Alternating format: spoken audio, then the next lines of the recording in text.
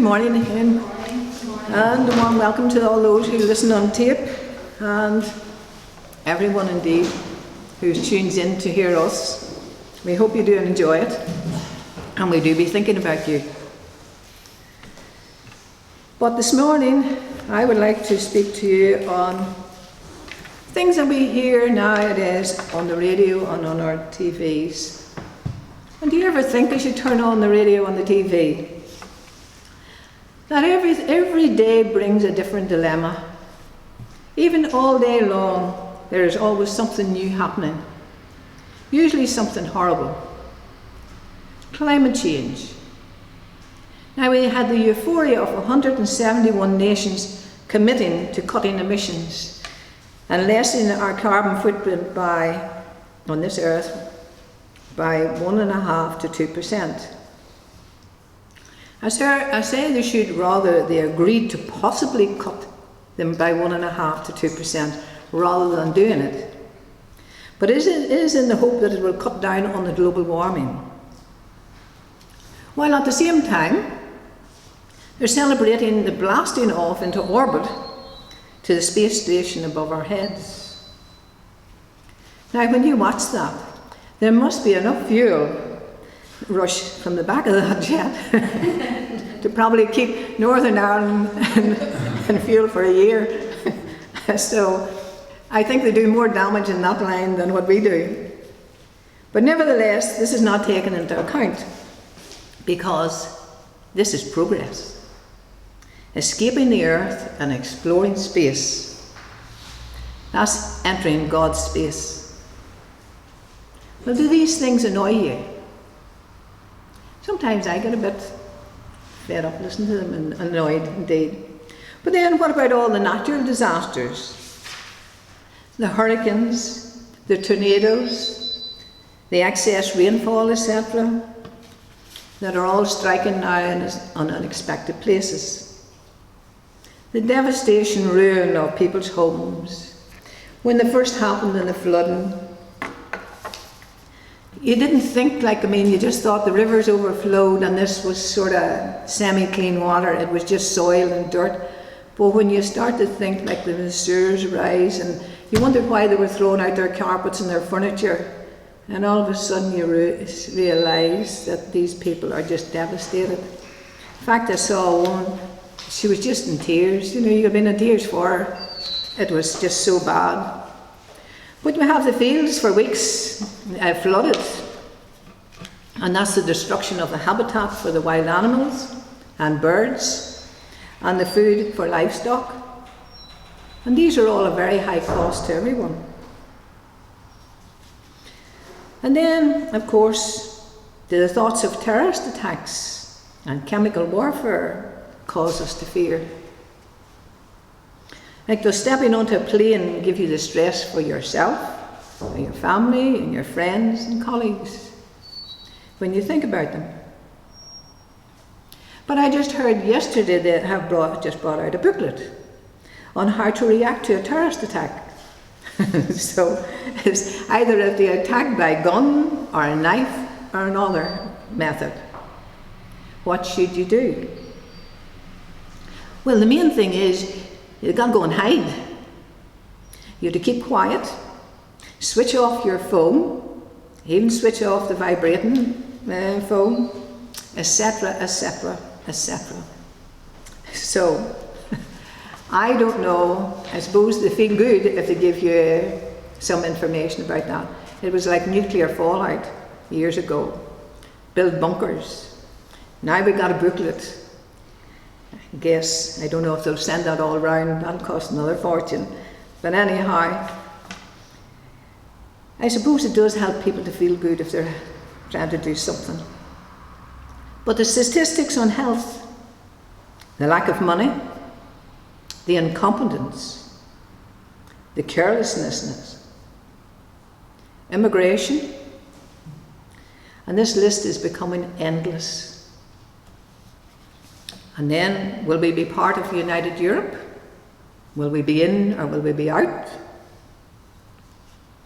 And we also have politicians speaking without due care for the consequences of their actions, or their words, creating fear and instability. Now, what about, you see, sometimes you sort of wonder if there is any place in this world to hide. I hope to answer these questions by going through one of the most encouraging, inspiring, and exciting Psalms in the Bible. And that's Psalm 91. But before that, let me say a few words out of the prayer of Moses. Now, Moses was either still in Egypt or in the desert on his way to the promised land. And this is Moses' conversation with God. He says, Lord, you find that in Psalm 90, but I have changed it around a wee bit, so I'm just going to read them to you. You don't have to, but you can take a note of it. Psalm 90.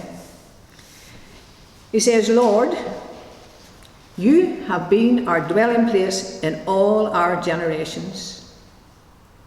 Before the mountains were brought forth, or ever you formed the earth and the world, even from everlasting to everlasting, you are God. For 1,000 years in your sight are like yesterday when it is past.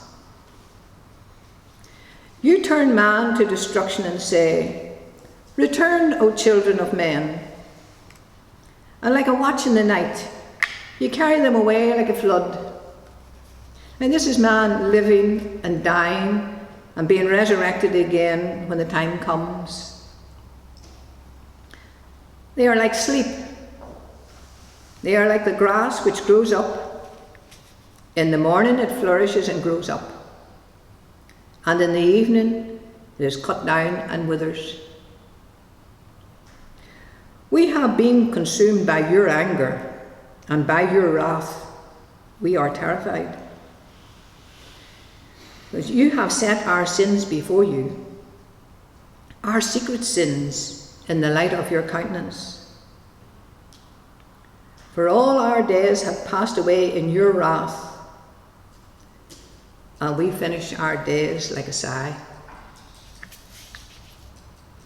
As the days of our lives are 70 years, and if by reason of strength they are 80 years, yet their boast is only labour and sorrow, for it is soon cut off, and we fly away. Who knows the power of your anger? For as the fear of you, so is your wrath. Now that fear can be respect and awe as well in different areas. But here's Moses discussing with God about the sins of the nation that brought about such sorrow upon them. Sin had caused God to cast them away from himself. And this is man's days. We live and continue to live in and out of sinful ways. Even the Christian, unfortunately, cannot keep up the sinless way all the time. And Moses is just saying that this is not acceptable to God.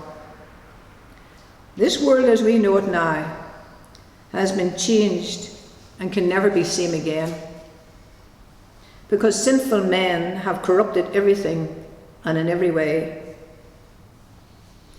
And the people have become susceptible to every whim of life, and they no longer discern properly between good and evil. And when we look at the traumatized people who suffer at the hands of others, they can never be the same again. We see that every day, people being traumatized and then come to our land too and being traumatized all over again. But when Christ returns, he will clean up this earth, and his wrath will be upon all those who have shed the innocent blood of victims.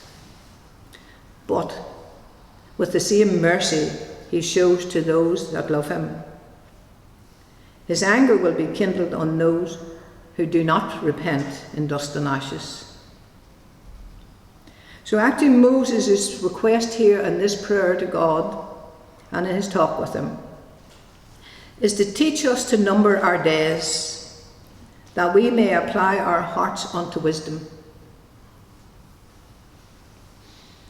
Well, in contrast, I'm sure we've all been inside our houses with a nice roaring fire, and especially people will be at this time to enjoy a wonderful feeling of safety and security.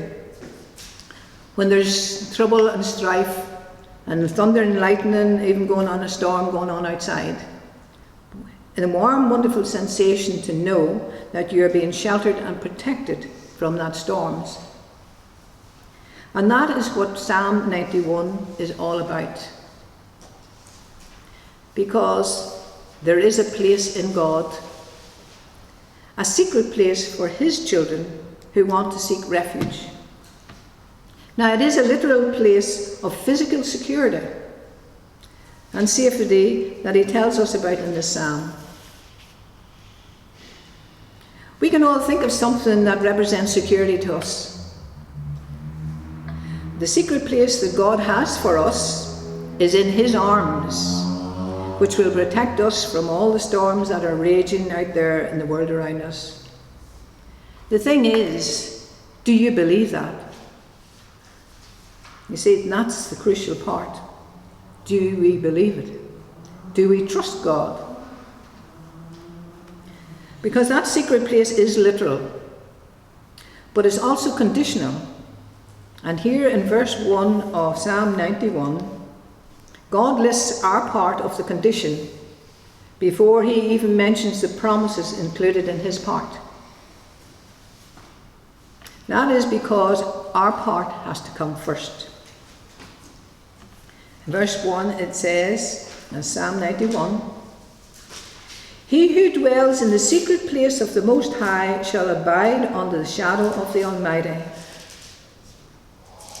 Now our part is, I will say to the Lord, he is my refuge and my fortress, my God, in him I will trust. So the thing is, we have to do that first. The question is how? How do we dwell in the shelter of the Most High? Well, we dwell in his shelter by believing him, that he himself is a literal place of refuge, where we can be physically protected when we are willing to turn to him. Now, it is actually a relationship with the Father that you have cultivated and developed in this secret place by investing enough time into making it a very personal and intimate. That's how you know.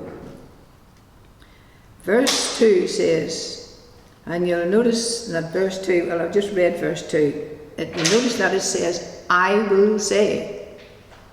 When we begin to say it and mean it, we are placing ourselves in his shelter.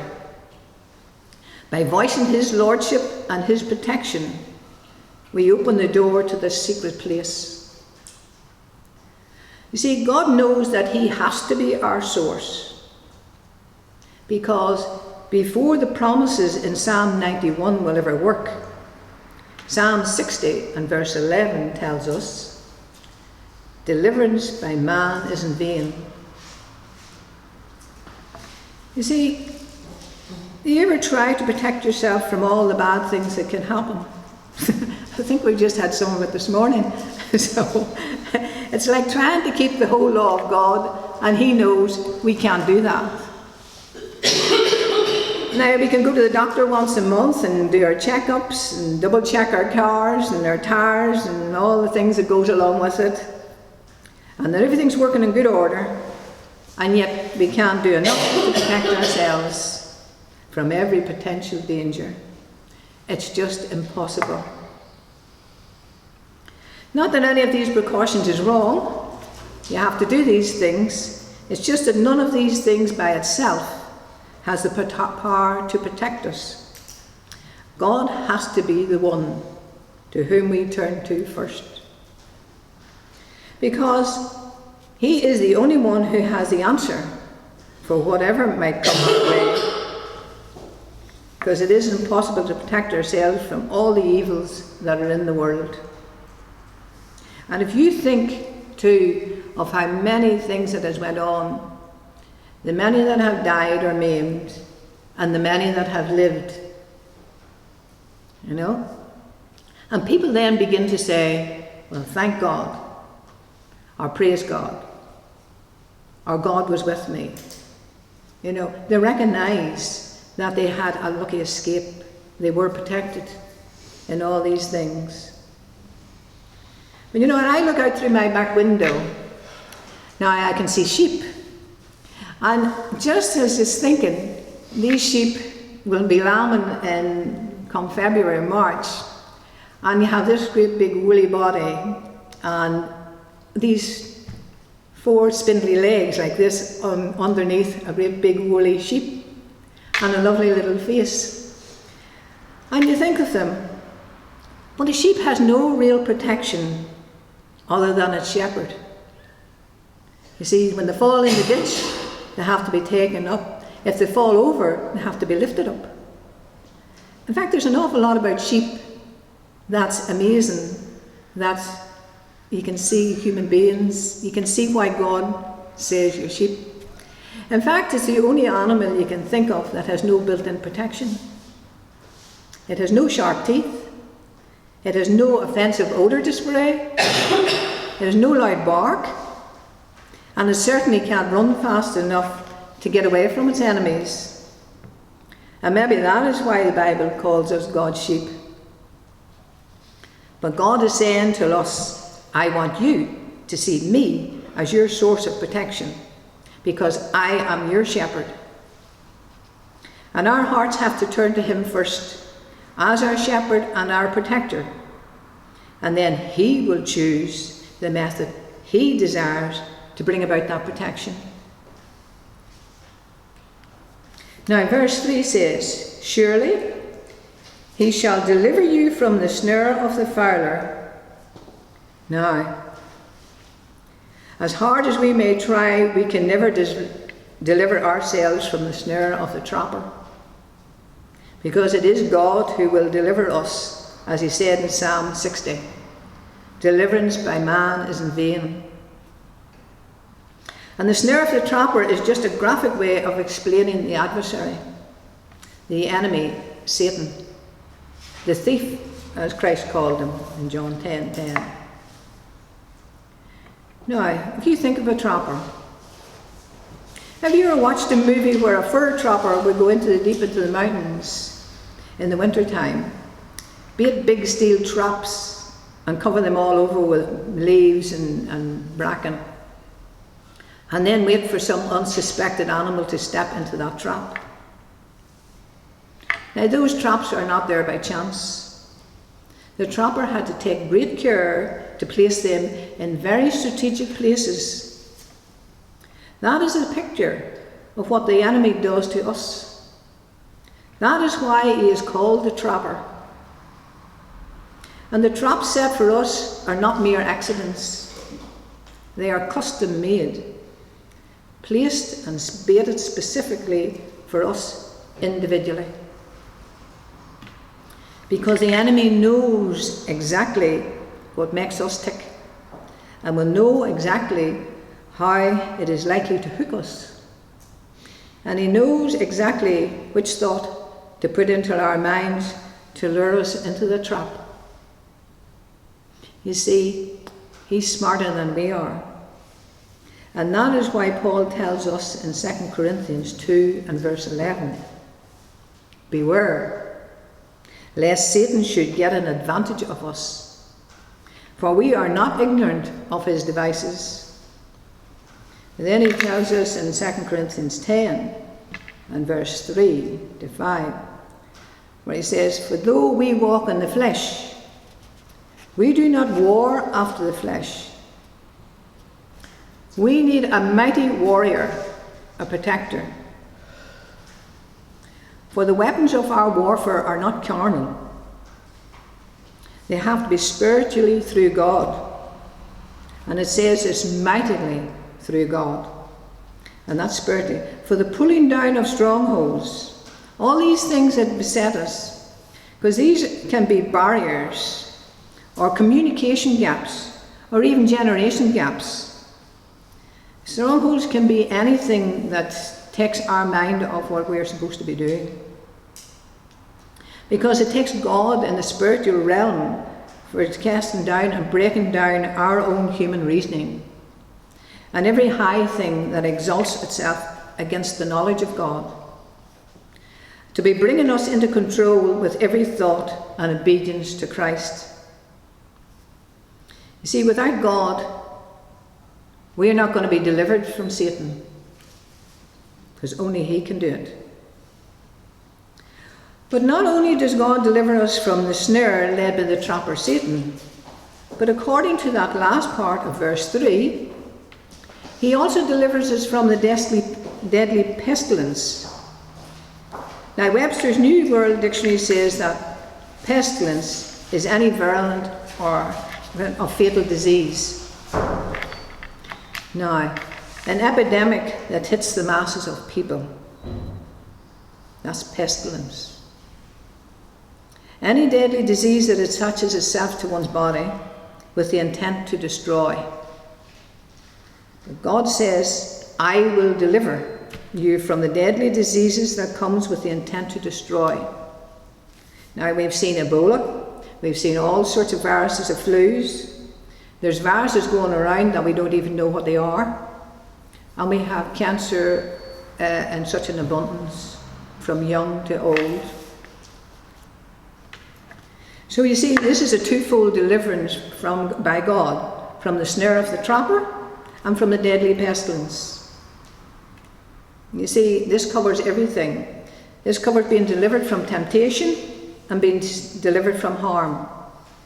And it's very similar to the Lord's Prayer. Lead us away from temptation and deliver us from the evil one. Now you see, William went through that there not so many weeks ago and all that. And sometimes I find that we all dovetail into each other as scriptures come up that suits everything.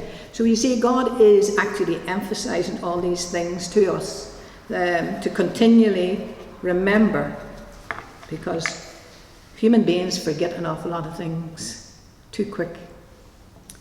So you see, what good would it be if you were delivered from harm only to be killed by some disease?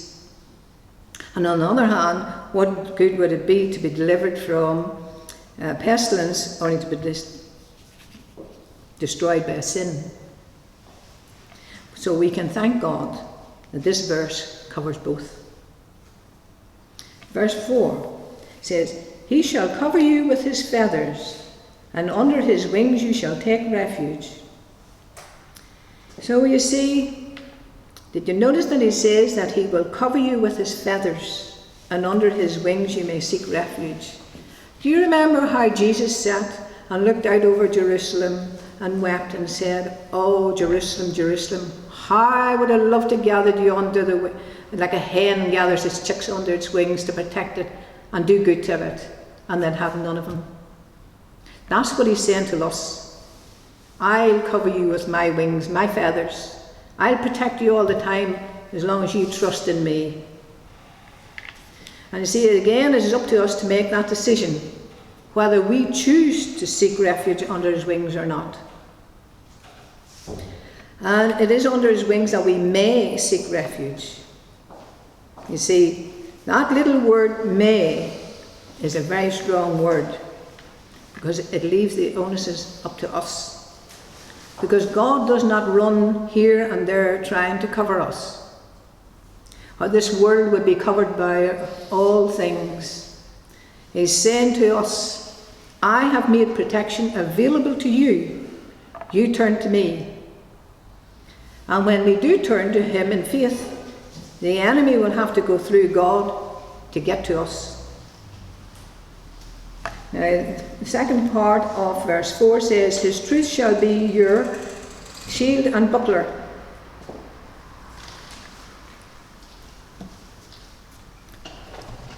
It says, it is God's faithfulness to His promises that is our shield.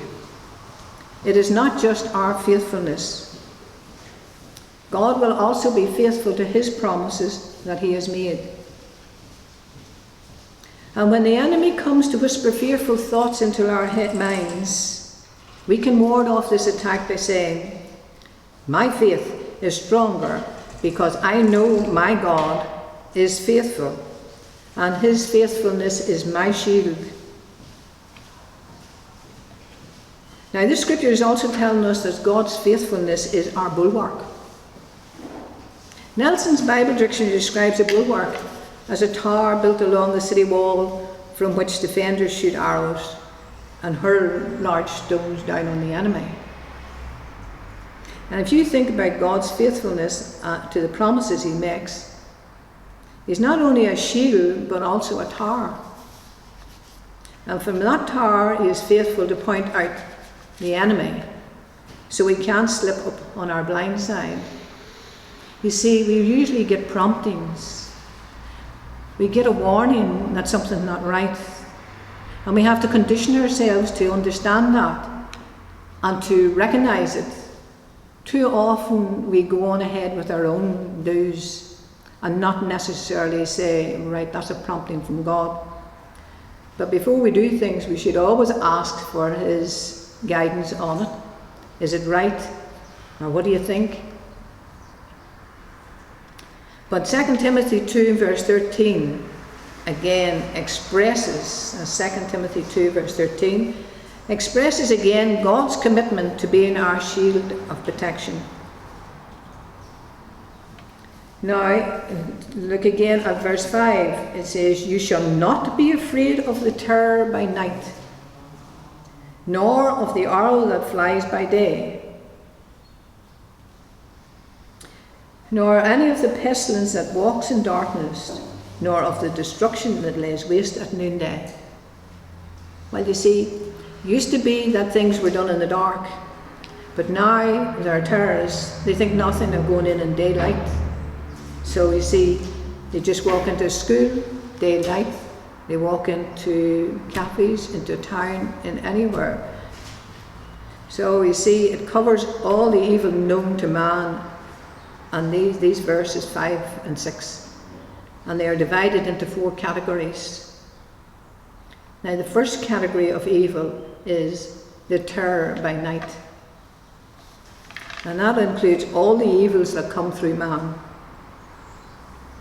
Kidnapping, robbery, rape, murder, terrorism and wars.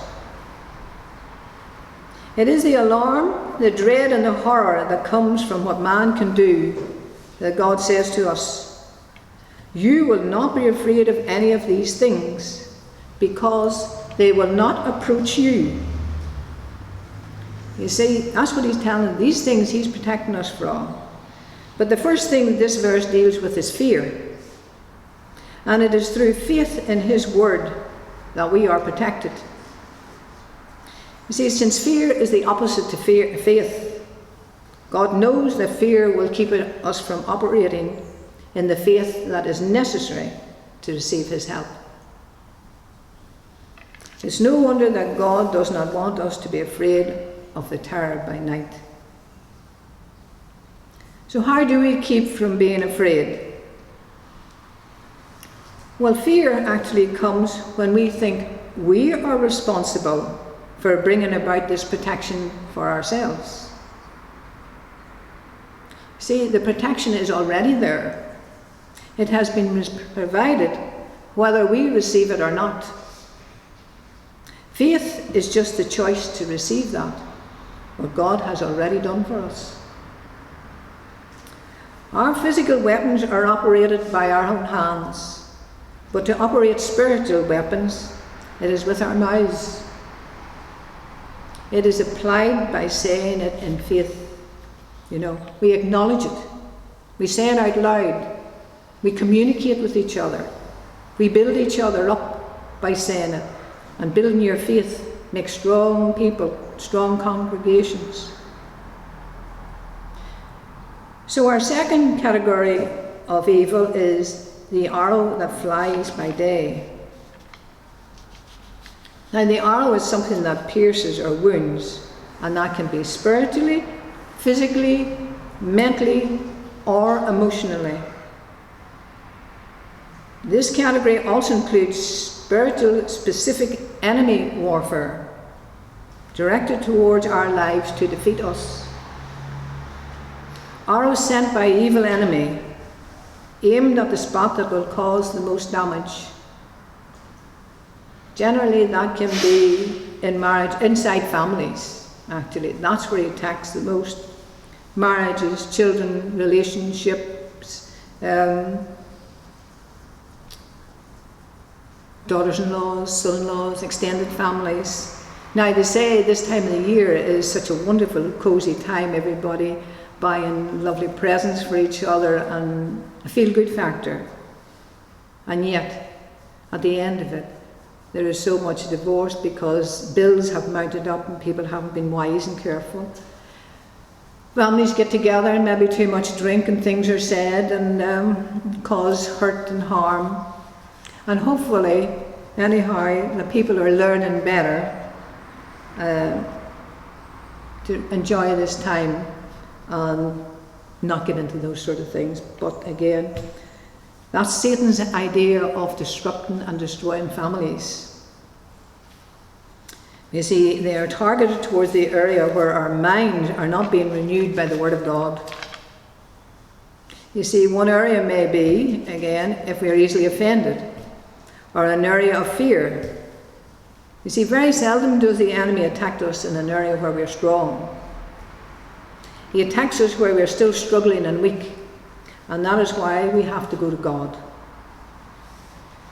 When we do the battle with our spiritual weapons, Satan's arrows will not approach us.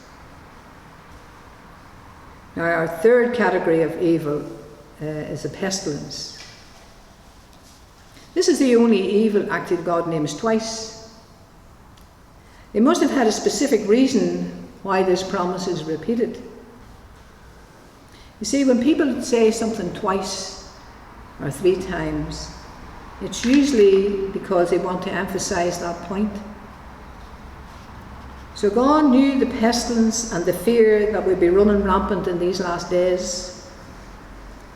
The world is teeming with fatal epidemics that are hitting people by the thousands. So he got our attention by repeating this promise. You see, there's things that's going on that is not always picked up in the media, of diseases that's going on and spreading quicker than what they like to think. They don't want to scare people too badly. Well, it's just as God was saying in verse 3, but he repeats it in 6. So did you really hear me? Just to make sure that again, I'm repeating it. Don't be afraid. You see, our inheritance is not limited to what is handed down from our ancestors. Our inheritance can be what Christ provided for us if we believe that word and put it into practice in our lives. Because Galatians 3 and verse 13 tells us that Christ has redeemed us. The pestilence mentioned here in Psalm 91 is spelled out in detail in Deuteronomy 28. And this scripture in Galatians tells us that we are redeemed from every curse or every pestilence if we just believe and appropriate the promise. Now, our fourth category of evil is destruction. And we've seen plenty of it this last years. Destruction includes the evils over which mankind has no control. Those things that the world ignorantly call acts of God, like tornadoes, floods, fires, etc. God very plainly tells us that we are not to fear this destruction, because these natural disasters are not coming from God. See, if we think about it in Mark 4 and verse 39, when they were in the boat and the storm was raging, and I think Billy mentioned that, and he mentioned that last week, Jesus rebuked the storm and it became perfectly calm. He demonstrated that God is not the author of such things. Other Christ would never have contradicted his Father by rebuking something that was sent by him. Every extreme evil known to man will fall into one of those four categories which I have named. And God has offered us deliverance from them all. Psalm 91 is a wonderful, uplifting chapter to study and learn and apply in our lives. Because there is no greater source of love and comfort in all the world compared to the love of God to those who love him. And even to those who don't. His mercy is towards them even when they don't know it. That's why we have to be kind to those that don't know. But in verse 7 it says, you can take comfort from this. 1,000 may fall at your side, and 10,000 at your right hand, but it shall not come near to you. Now, in this horrible time of uncertainty, when danger is around any corner, and especially where the terrorism is concerned, we can take comfort from this. And this is what he said about the wicked. And that's in chapter 92 and verse 7, he says, when the wicked spring as the grass, and when all the workers of iniquity so flourish, it is that they shall be destroyed forever. So God will deal them.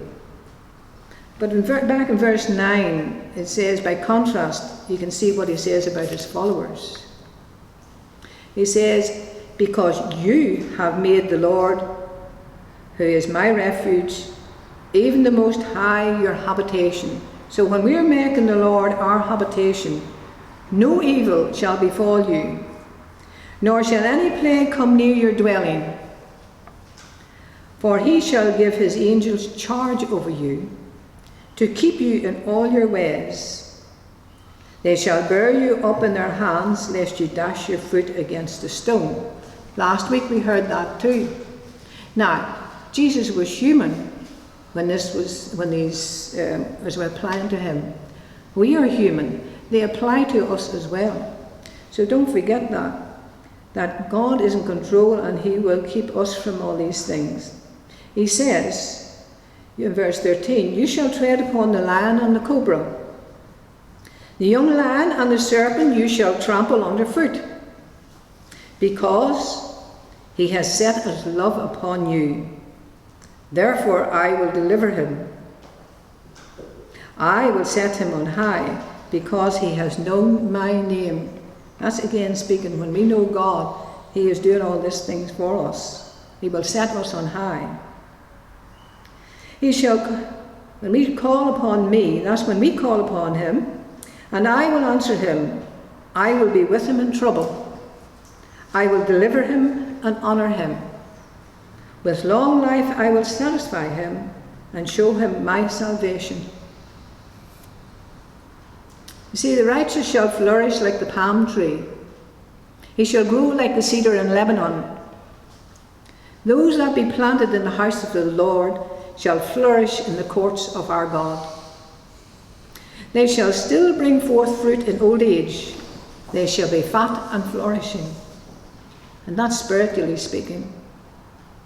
But every believing church wants to reach out to those without faith and let them know that they have a Saviour who died for them, that they might live. And amidst the horrors of today's evils, even those who create all the mayhem are being influenced by the enemy, because he is their enemy also, Satan, who only wants their destruction and death. He's not doing them any favours. And he is going around like a roaring lion, seeking all those he may devour. We have to keep the faith, do good works, tell the story of salvation, and as Moses prayed, so let us. Because in verse 16 of chapter 90, it says, Let your works appear unto your servants, and your glory unto their children. And let the beauty of the Lord our God be upon us, and you establish the work of our hands upon us. Yes, the work of our hands, God establishes it. And he will, in his own good time. It will be his will and his time, and not ours, that will be done. Joshua 1 verse 9 says, I know you are with me wherever I go. These are just some verses that helps as well. Because if you are cultivating a great relationship with your Creator, you can ask to be free of ungodly fear. Because Psalm 27 verse 1 says, Lord, you are my light and my salvation, your right hand and the strength of my life. You are the strength of my life. Of whom shall I be afraid? 2 Timothy 1 and verse 7 says, God has not given us a spirit of fear, but of power and of love and of a sound mind. So remember, when we listen to all the horrible news and the terrible activities around the world, and pray in love for all the victims, us, those that perpetrated and those who suffer from it, because all are Satan's victims. So the thing is, we are not to be afraid of anything that comes around us, because we are protected, because he has seen us safely through 2015, and by his grace he will continue to do so. And God is with you always and everywhere you go. Do not be afraid of anything. So thank you, and God bless.